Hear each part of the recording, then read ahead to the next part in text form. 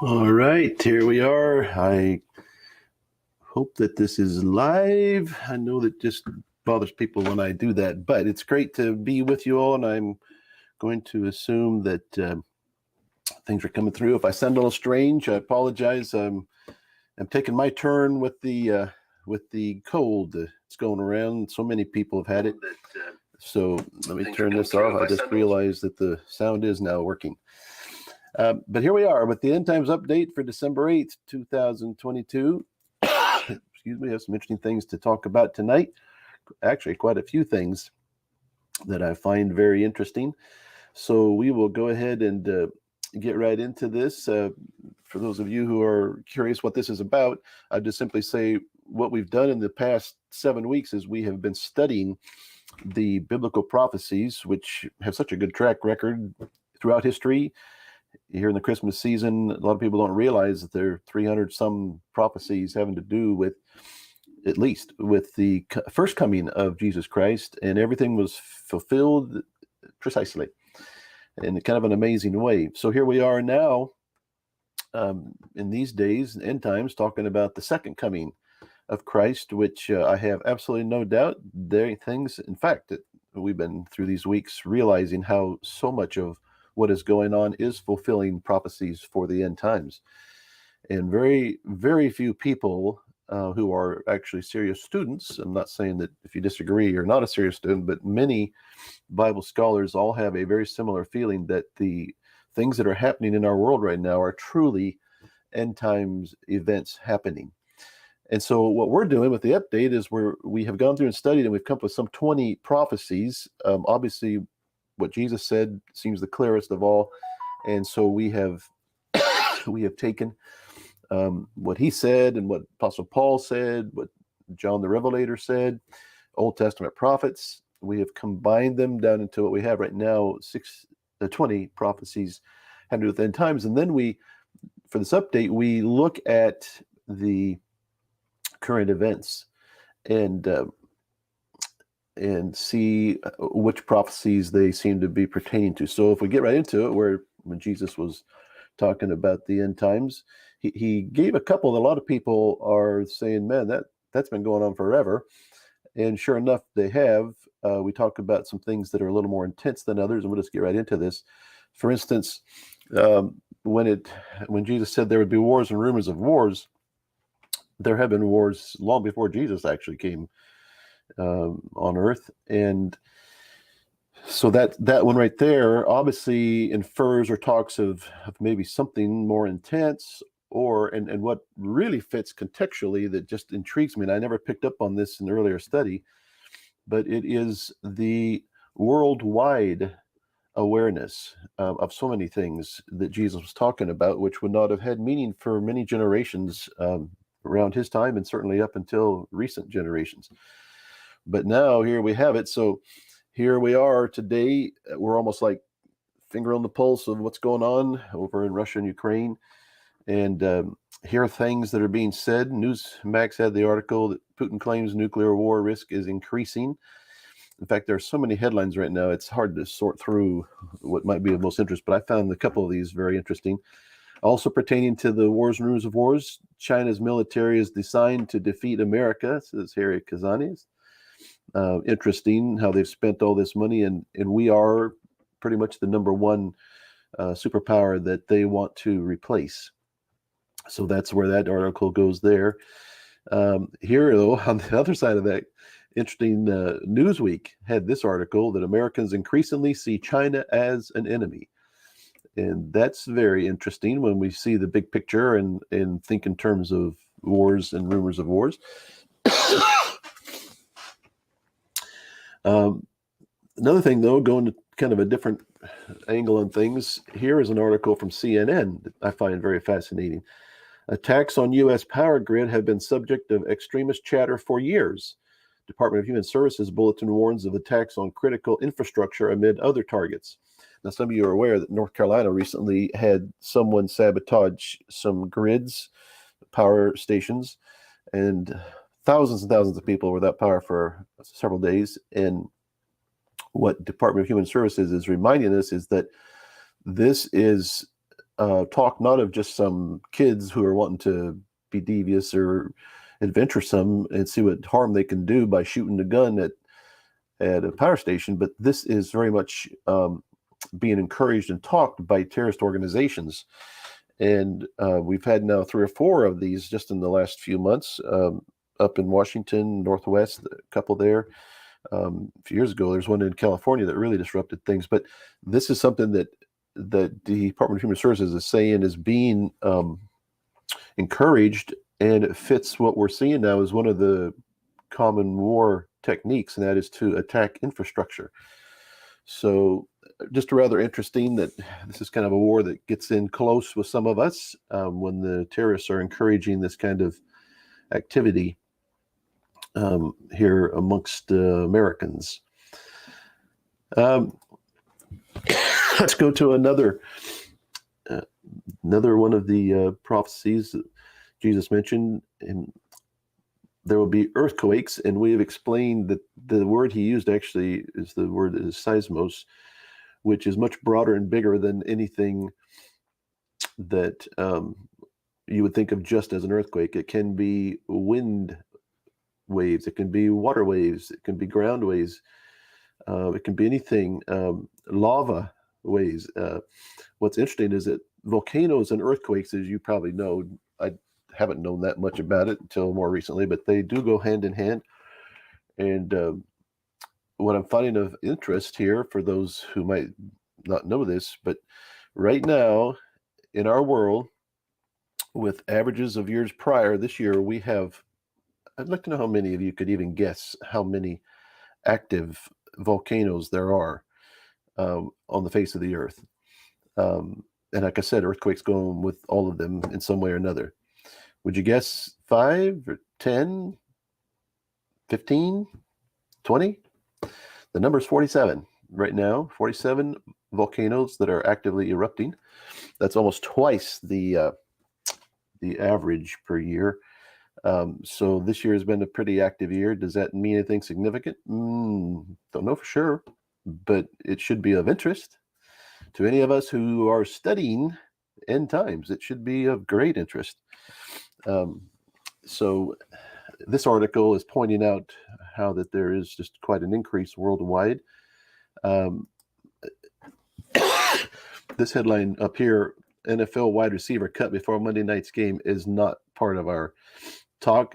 Somehow that didn't get clipped out properly, though that was a pretty interesting article, I have to admit. But this one here, 5 volcanoes erupted at the same time, rounds out a year that started.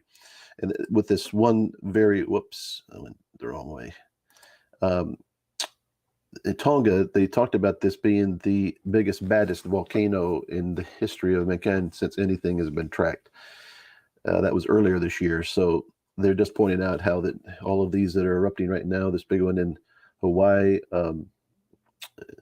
several places. In fact, there are a number of articles you can find easily, but just really interesting how that this is just really going crazy with what's going to happen on the face of the earth. I find this really interesting because this gets kind of close to home for those of us living here around the Mississippi River. But 11 earthquakes rattle Illinois to Arkansas. Experts on the lookout for next possible strong seismic activity in eastern United States. Now, I could have shown you a number of articles here that at first my reaction was that this is just, I think probably been hearing about experts looking for the Ridge Fault to do its thing here at some point. It's overdue.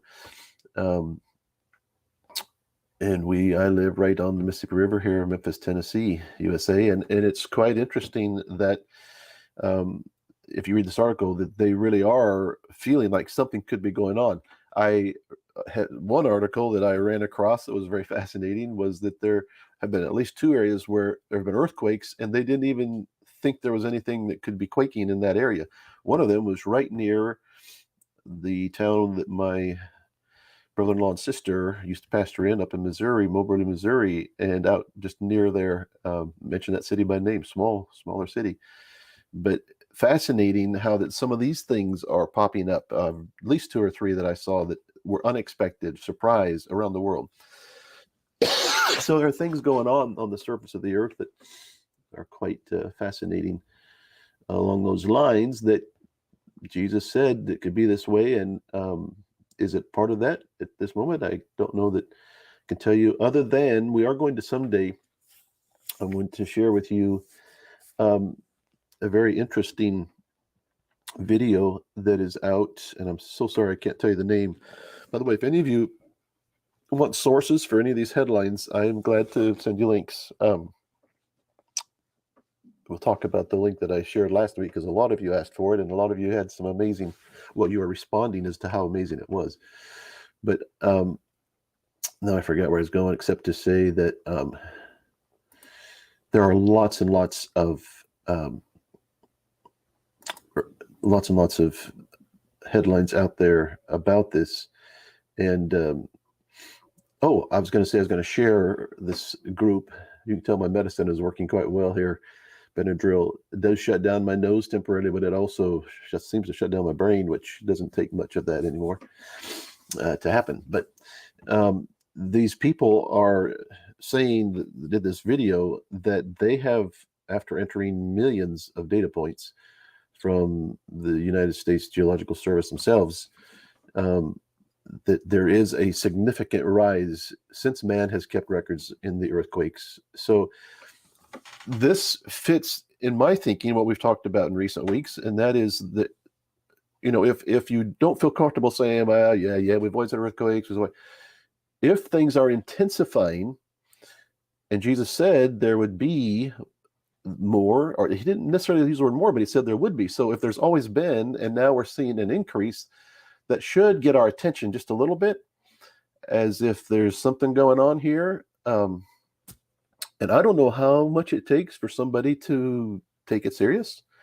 I'd like to sometime, I'm probably going to start asking a few people, at what point will you take all the things that are happening serious, indicating it could be in your lifetime that you see the second coming of Christ?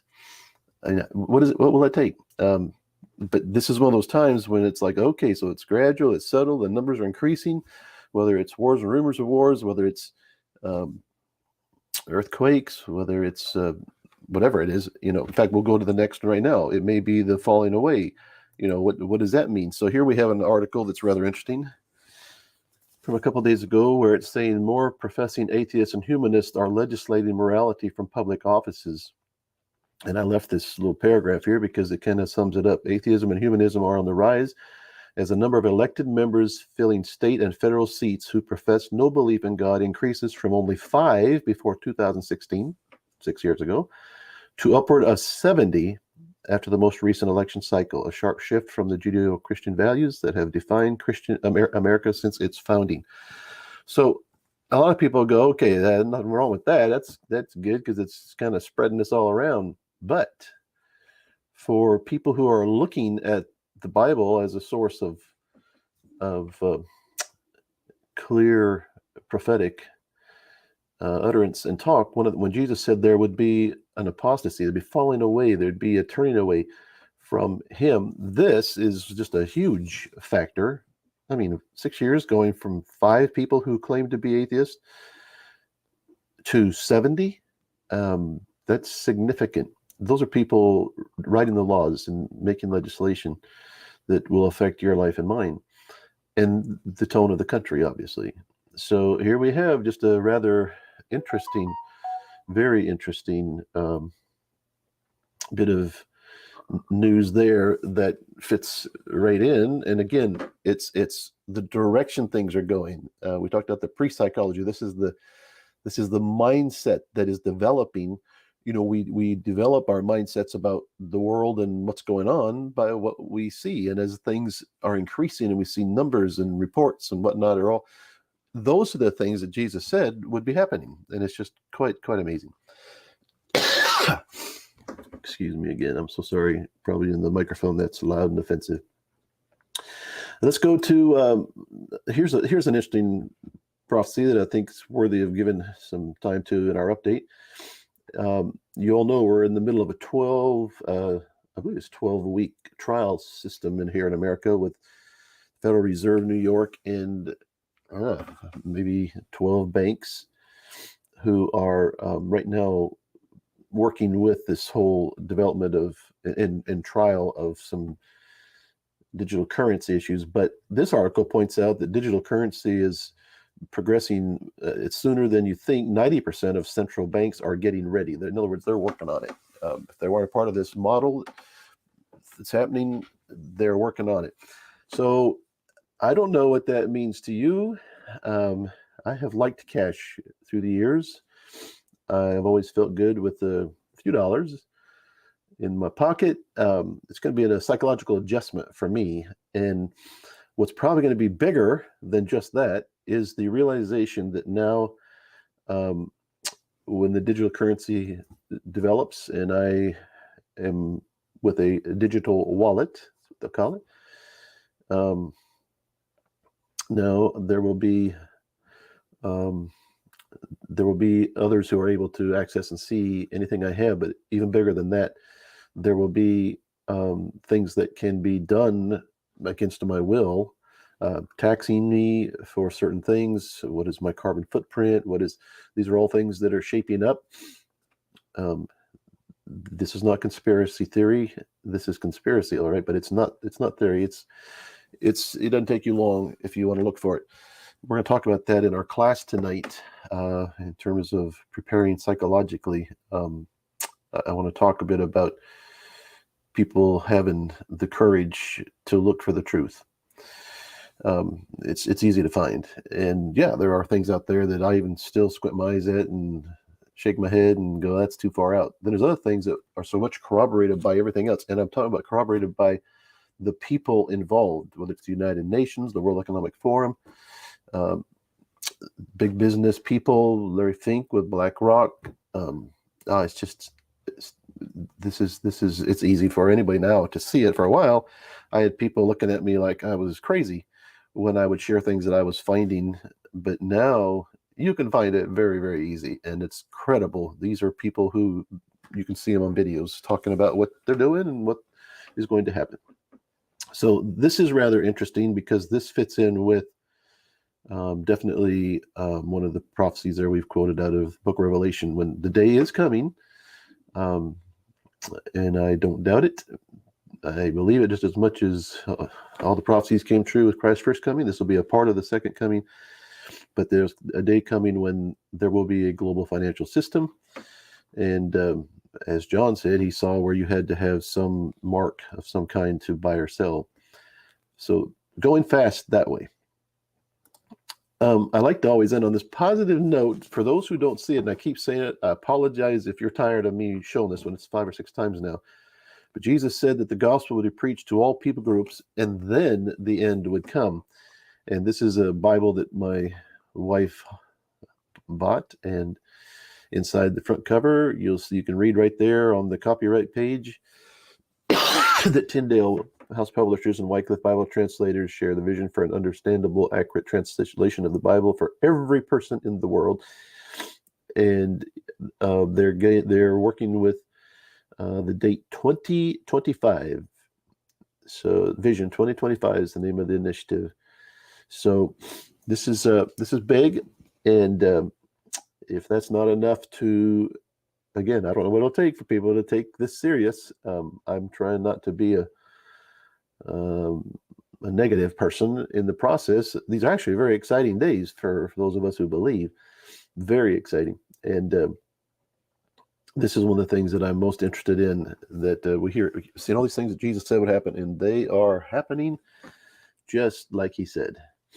Let's now wrap up the update, and let's go into the class.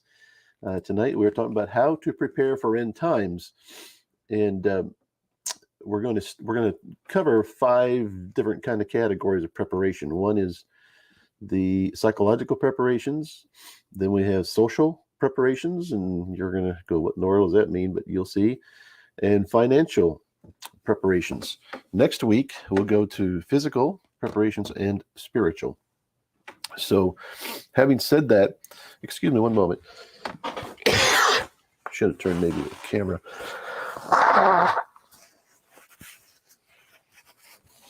Be mighty embarrassing to have runny nose. It reminded me of my dad saying there's always a simple way out of a runny nose if you don't have a Kleenex or hanky, and that's just to go. Do you see that guy over there with the stripe up his leg? And I've probably tried that a time or two, but no, not tonight. All right, so how to prepare for end times. We're going to the psychological. Let's just jump right in. End times, how to prepare for end times, part 1. Prepare psychologically, which, point 1, seek understanding. A proverb tells us, the wisest man in the world pretty well sums it up right here. Blessed is the man who finds wisdom, the man who gains understanding. For she is more profitable than silver and yields better returns than gold. She is more precious than rubies. Nothing you desire can compare with her. Long life is in her right hand, and her left hand are riches and honor. Her ways are pleasant ways, and all her paths are peace. So, again, the great value of understanding.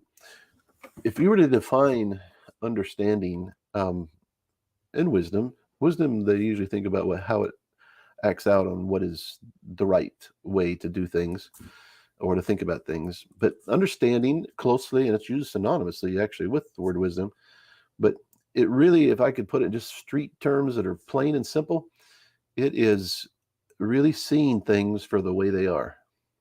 It's seeing things for the way they are. And you can see why this writing of Solomon, it's invaluable.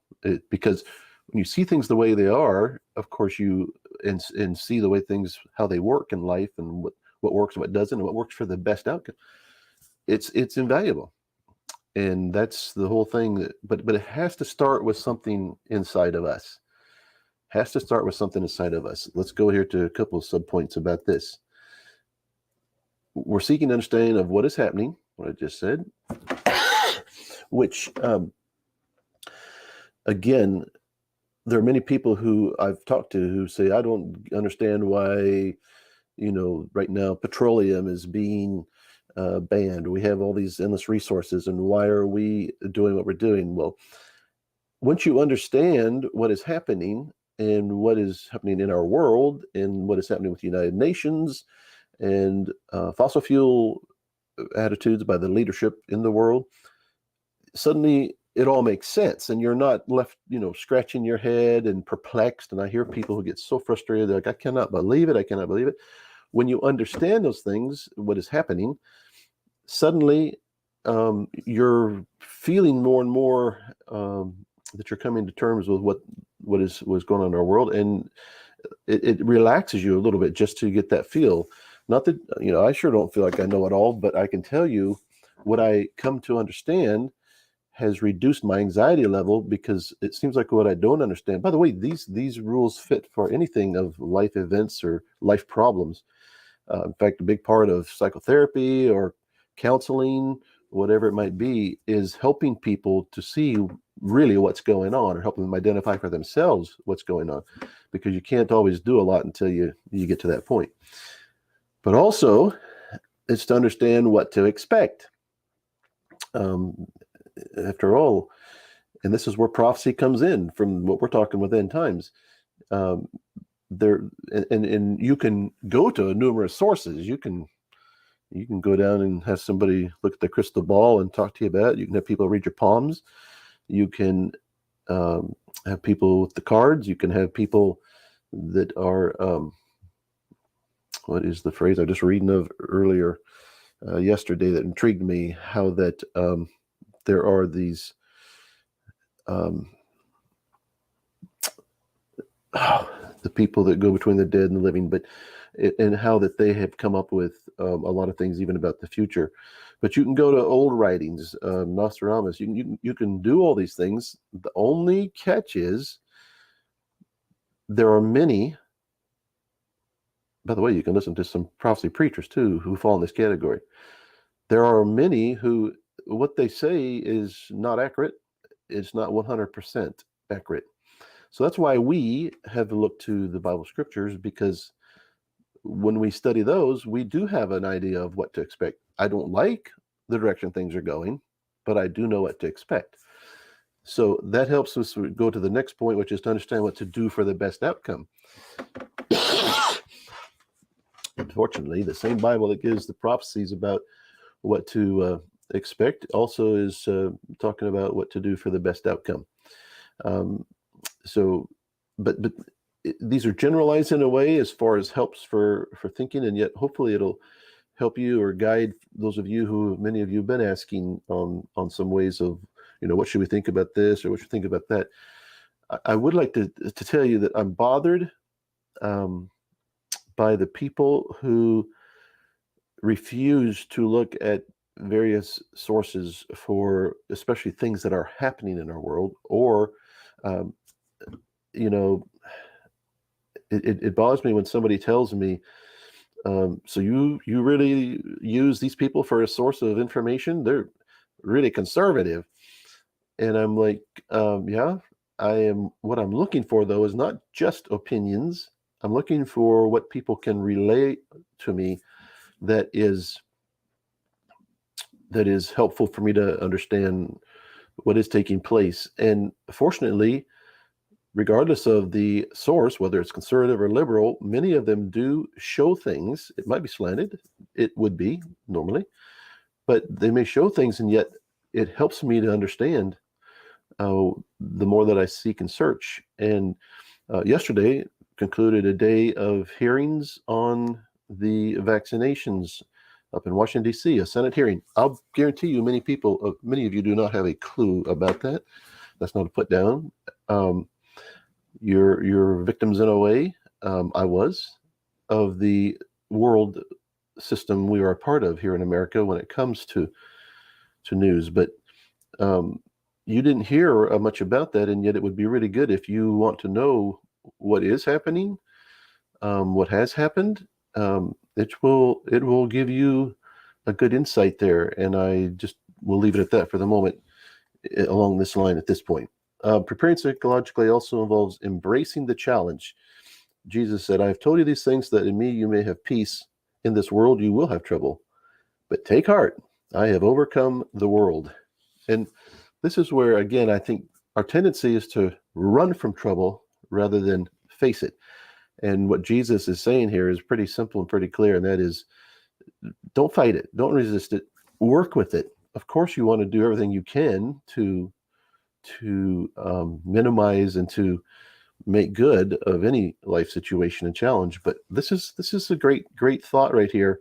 I mean, he was one who embraced certainly something very serious by his own death, unjust death, and yet he also embraced it in the way that he knew it had to be done. And that's much of what we have to reach in our own lives, is saying, okay, this is what's going to happen, and we will get at it. We will face it. We will do what we can to make good on all that's there. Another part of preparing psychologically is claim the win now. I like this. And that is another writing of John. This is the victory that has overcome the world, even our faith. This is not something, in fact, there's another scripture that goes with this that I like from Romans 8, where Paul said, as is written, for your sake we face death all day long. We're considered as sheep to be slaughtered. No, in all these things we are more than conquerors through him who loved us. Now, this is a guy that's going through a whole lot of persecution.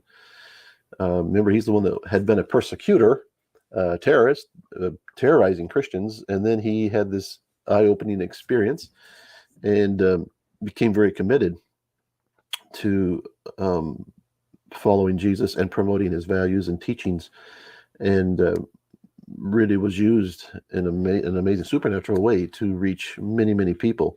But it was a very tough road for him, and many persecutions of many kinds, hardships otherwise. But what's his attitude? We've already won. This is just going through the motions. This is just doing what we have to weather the storm. This is what we have to do. And yet for those of us who have this relationship, we've already won. And that is something we need to be feeling, not in a arrogant way. Definitely not. We don't want to come across to anybody like, we're somehow special and we're beating you. No, it's not that at all. which I have heard some people talk like in people of the faith. In fact, and I think that's offensive to those who haven't yet come to that point of where they experience God and know this beautiful feeling that, hey, our future is good. It's a great future. In the end of the book, we win, and yet, if they haven't reached that point, and by the way, you can't just dream that up. You can't just think that up. That only happens when you make a choice to actually go God's way and follow Him. And then the psychology, it's wonderful because you have what they call the witness of the spirits, where God speaks to you and communicates to you in your spirit that not only your children, but you're going to be joint heirs. You're going to be beneficiaries with Jesus in the future eternity. But that's a big part of the positive that we have and that we've got to think about as we prepare. Fourth way to prepare psychologically, prepare every way possible. Now, this is why we're going to spend a little time on socially, financially, physically, and spiritually. And you're going, well, what do you mean? That's all redundant. Well, here's the thing I have found out, and you're probably the same way. The stress of life and the stress of any situation you anticipate is so much better when you feel prepared for it, right? One of my favorite books is Dennis Waitley on the psychology of winning. And with my background interest in psychology, you'd probably figure I have a few books like that. But what is so powerful about that book, and he was one who coached professional athletes.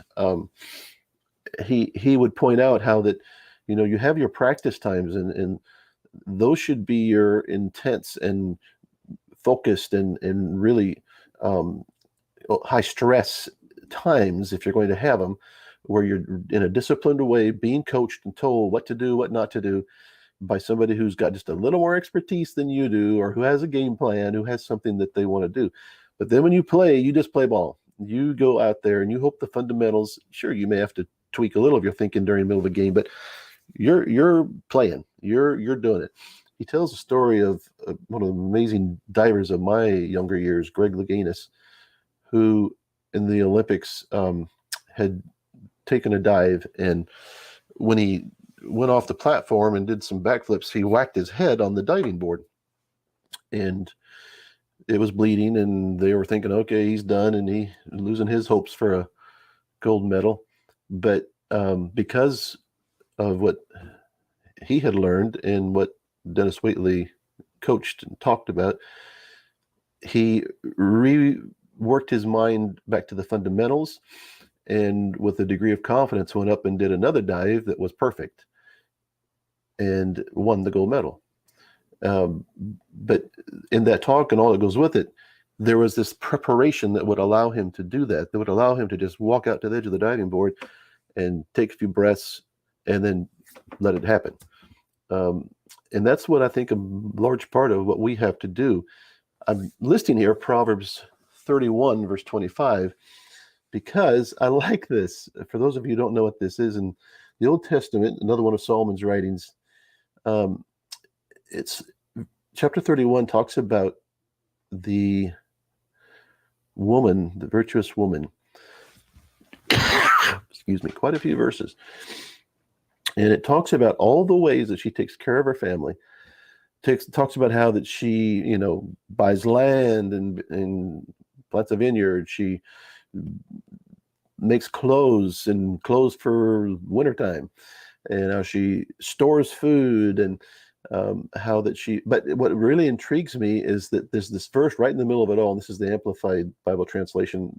I really like it. It says, strength and dignity, this is Proverbs 31:25. Strength and dignity are her clothing, and her position is strong and secure, and she smiles at the future, knowing that she and her family are prepared. Is that not one of the most beautiful thoughts? And I do believe that's a large part of what we should, by faith in our lives, be able to do with all the craziness in the world. We should be able to smile at the future.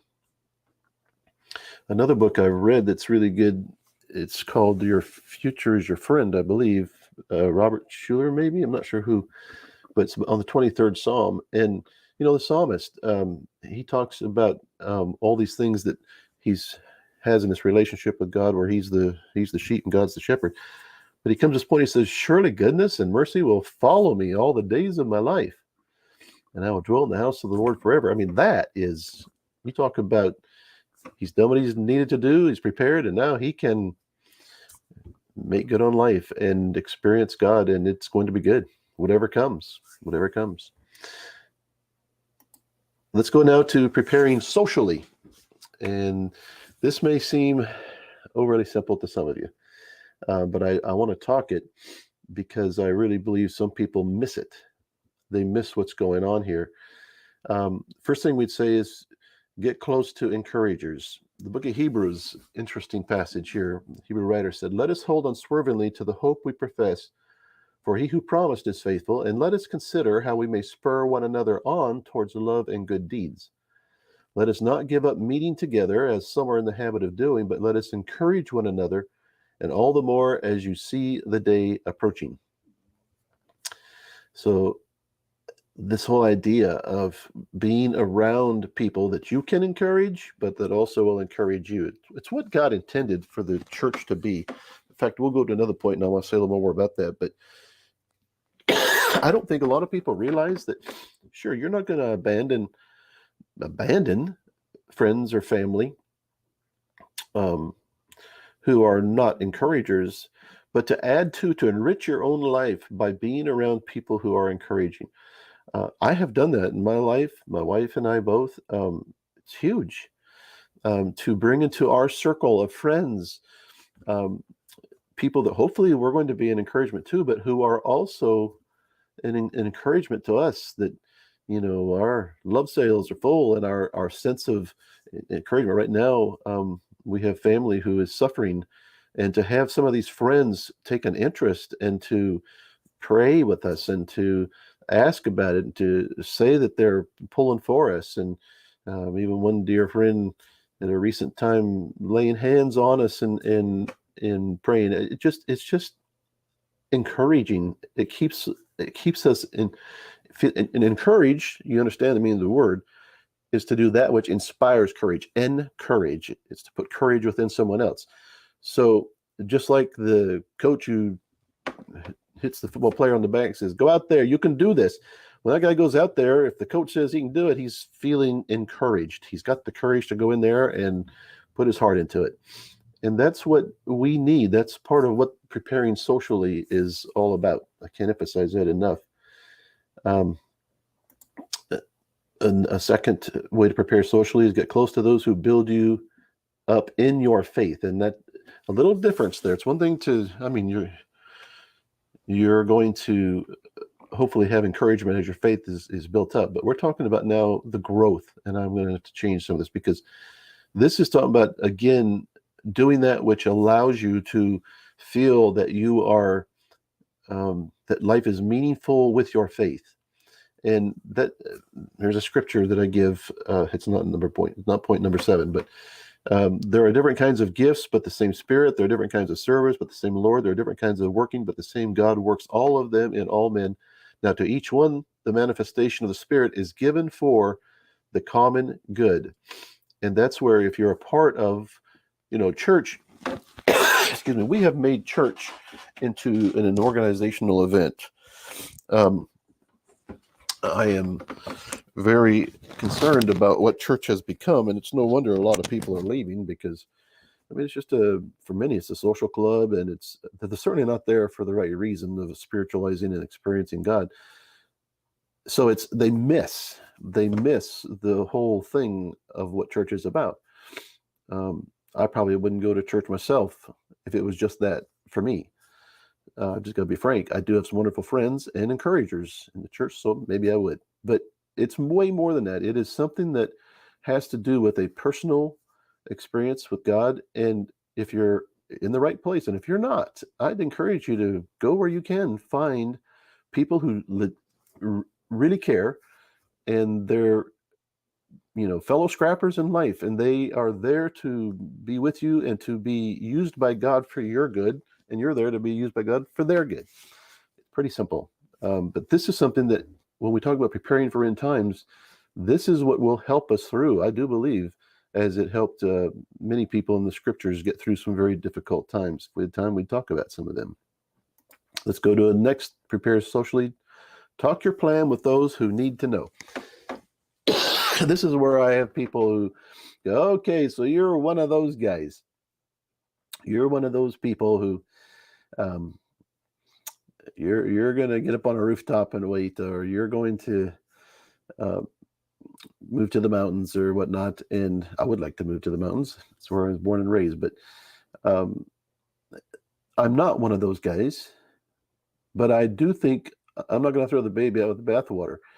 And for people who do that, who kind of jokingly tease me sometimes, like, you really talk with your family about this stuff? I'm like, absolutely. I talk to my neighbors about it.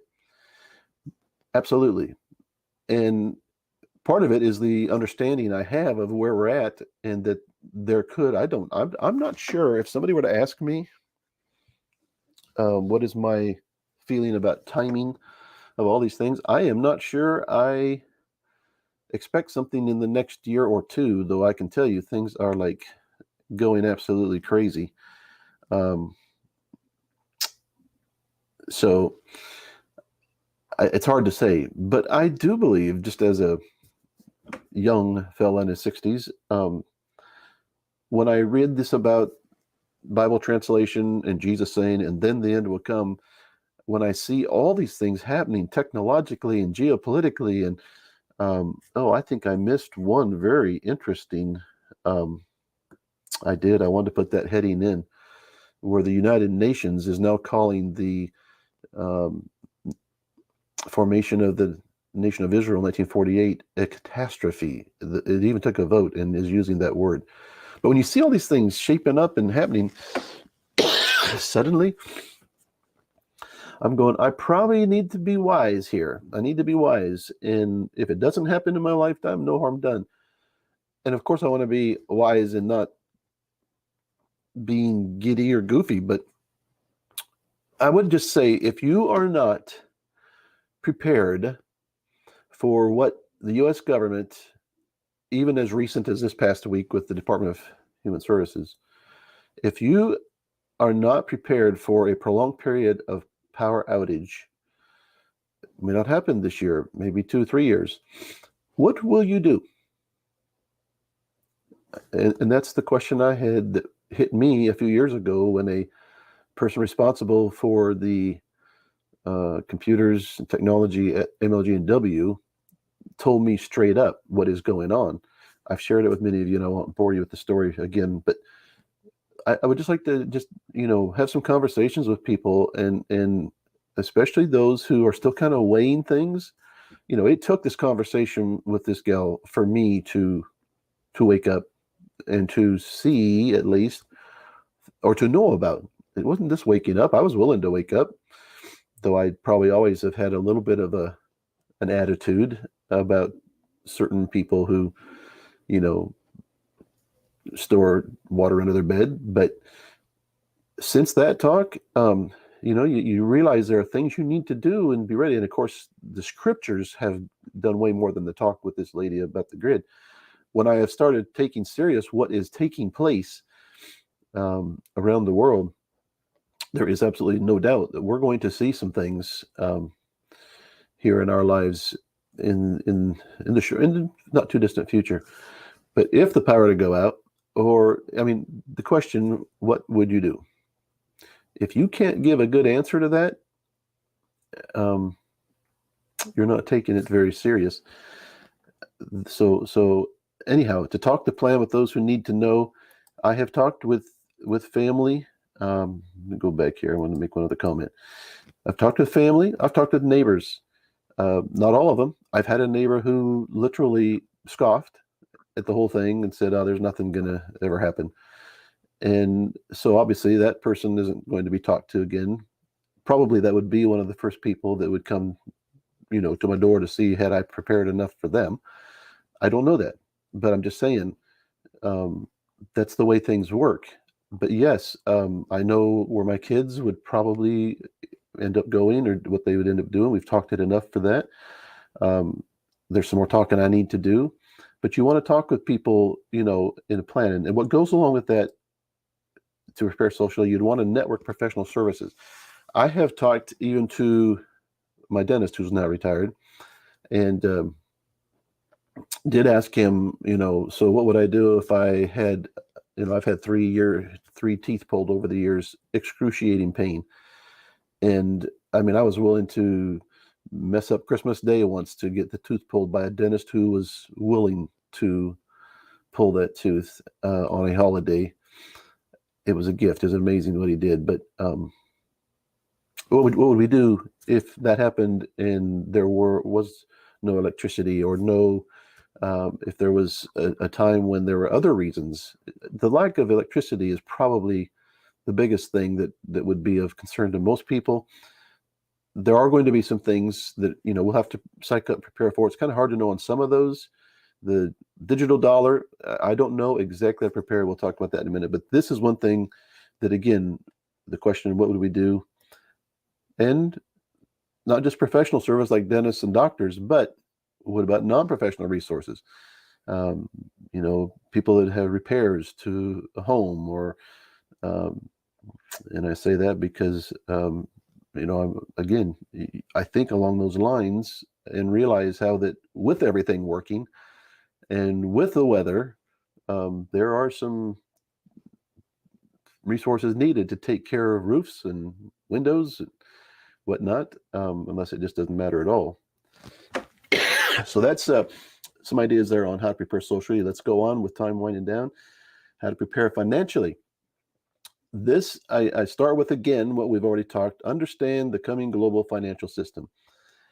There are so many articles out there right now, if you're looking in the right sources, that are fully explaining what is going on. And again, the video that many of you saw last week, and I sent you the link. You're seeing some things there.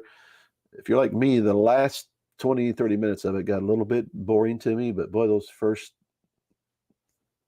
50, 60 minutes was like eye-opening. I've watched it several times. It really is. It just is so well presented.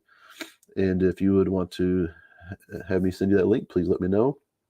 But in it, you do understand there's actually a couple more that are out now, and I could share with one of them that really puts this in perspective well, regarding the digital currency that is, and if you don't know what CBDC stands for, CBDC, it's time you do, because that is where we're headed. Just as sure shooting as we're talking together tonight. A second thing there, prepare financially, is don't reinvest savings too quickly. So the proverb said, the plans of the diligent lead to profit as surely as haste leads to poverty. There are some people out there who are taking advantage of what's happening, and they are wanting you to take all your savings and invest in this or that. And there's probably a danger that there's some who invested heavily in certain currencies, the digital currencies that are available, and boy, there were some people who made gazillions off of it, and then there were people who lost gazillions. So, but the thing is, and I don't know when, but I just know that right now, for what we're talking and preparing financially, this is one thing that I think would be good advice. We want to get more familiar with what is happening. There will be some things that probably become much better ideas, and I am willing to talk some things. By the way, I am, and you've probably noticed, I'm giving some very generalized pointers here on how to prepare for end times. I am doing things different than I used to because not everybody has the same interest, and not everybody is at the same place. So if you have interest in this, you are sure welcome to go to CaryLifeCoaching.com and check. I'm needing to upgrade some things there and update the way I'm doing things. But I'm glad to talk to people personally and privately about where they're at and what their thoughts are, what they're thinking as they prepare for end times. Another prepare financially tip is invest in valuables for bartering. This is an interesting scripture from back in Ezekiel. which point and bartering is pretty simple. It's where you're actually, instead of exchanging money for things, you're exchanging things for things. And here in Ezekiel, this passage, Judah and Israel traded with you. They exchanged wheat for minnith and confections, honey, oil, and balm for your wares. Damascus, because of your many products and great wealth of goods, did business with you in wine from Helbon and wool from Zahar. Danites and Greeks from Azal brought you merchandise. They exchanged wrought iron, cassia, and calamus for your wares. And it goes on in this passage. You can read quite a few. It gives you a good description of what bartering is all about. Very biblical concept. But so let's say that something would happen in time. There are going to be people, by the way, that electricity may never go out, but let's say that they are required to live for a while with a system they're not comfortable with, which again is coming. You've probably already heard. I just need to talk to you frankly, about the IDs the digital IDs that are coming into existence, and how that there's already talk about the ESG rating system, which big business is implementing. And if you don't know about that, I hope you will study it some so you do know what to think. But that's all going to be tying in. And so there will be some people who, due to whatever they believe or value, are not going to probably even be able to fly or do certain things in time. And if some of you are probably going, "Are you serious?" Yeah, I am. And I'm again not very mystical or very much conducive to thinking along certain lines, but I am going to be honest with those of you, because some of you are really counting on me just telling it to you straight. There are a lot of things I don't understand, and I don't usually go there. I could tell you sometimes. I did, I guess, tonight, just tell you that I can't feel real strong in any direction the next year, 2 or 3, but things are going at such fast pace. I do have a feel for what at least is happening. Some things that are being said are happening. I don't talk about much because I'm still not hearing it or seeing it corroborated with other people who have credibility with me. But here we are. And the point is, if we reach that point where we don't have access to some of our money or don't fit into the financial system, then we would want to be thinking in terms of what we could barter. And right here is a good point to ask a question. I'm not going to answer it fully, but part of the question we have to do when we prepare is we have to determine things like how long do we want to try to survive in a society that maybe is not in agreement with us, or we're not in agreement with, if it comes down to anything like this. And I mean, I know people out in the Utah and Northwest, and people Missouri and Mississippi. They're gunning, gearing up for 30, 40 years, and I'm like, okay, I don't think that even fits Bible prophecy, but obviously I wouldn't need anything for that long. I'll be feeling good if I make it another 10 or 15 years in just my course of living. But nonetheless, here we have these things we have to think about, and bartering is certainly something that plays into that. Let's go to learn to be content now. Did I give a scripture? No, I didn't.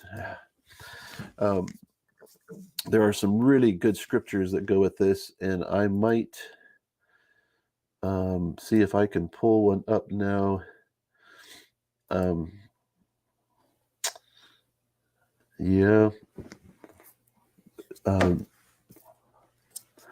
Here's one in 1 Timothy 6 that I think is worth reading. I wished I had put it up there.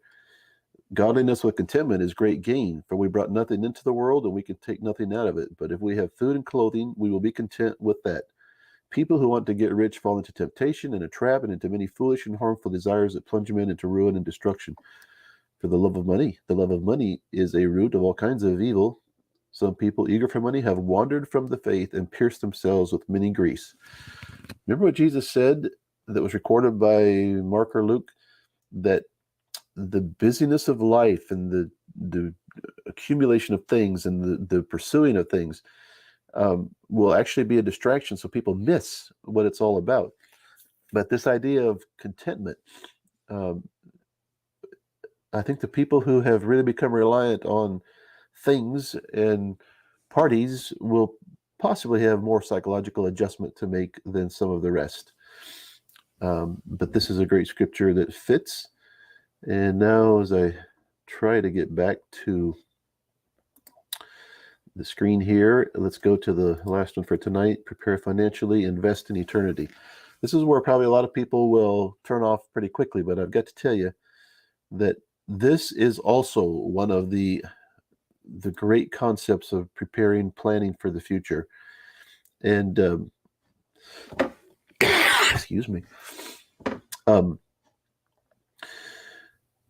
It was Jesus who said in Matthew 6, "Do not store up for yourselves treasures on earth, where moth and rust destroy, and where thieves break in and steal, but store up for yourselves treasures in heaven, where moth and rust do not destroy, and where thieves do not break in and steal. For where your treasure is, there your heart will be also." Paul said to Timothy, "Command those who are rich in this present world not to be arrogant, nor to put their hope in wealth, which is so uncertain, but to put their hope in God, who richly provides us with everything for our enjoyment. Command them to do good, to be rich in good deeds, and to be generous and willing to share. In this way, they will lay up treasure for themselves as a firm foundation for the coming age, so that they may take hold of the life that is truly life."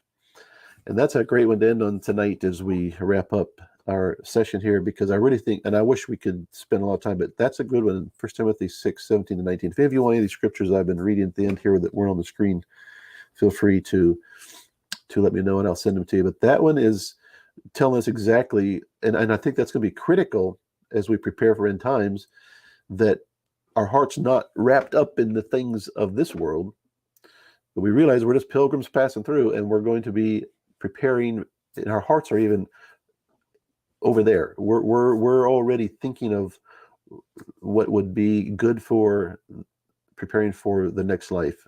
And it says here that rich in good deeds, generous, willing to share, those are things, and of course with certain parameters, but those are things that truly help prepare us for the foundation for that coming age. And don't know a better thing to say than that. Next week we will be talking about how to prepare physically and spiritually, though we've done a little bit of that already tonight, I guess. But hopefully this is of some value. This is a study, and for all my Cowboy Church friends, I hope this is a benefit to you, as I know several of you have been commenting right along. Hope this is of help. Thank you. God bless you all.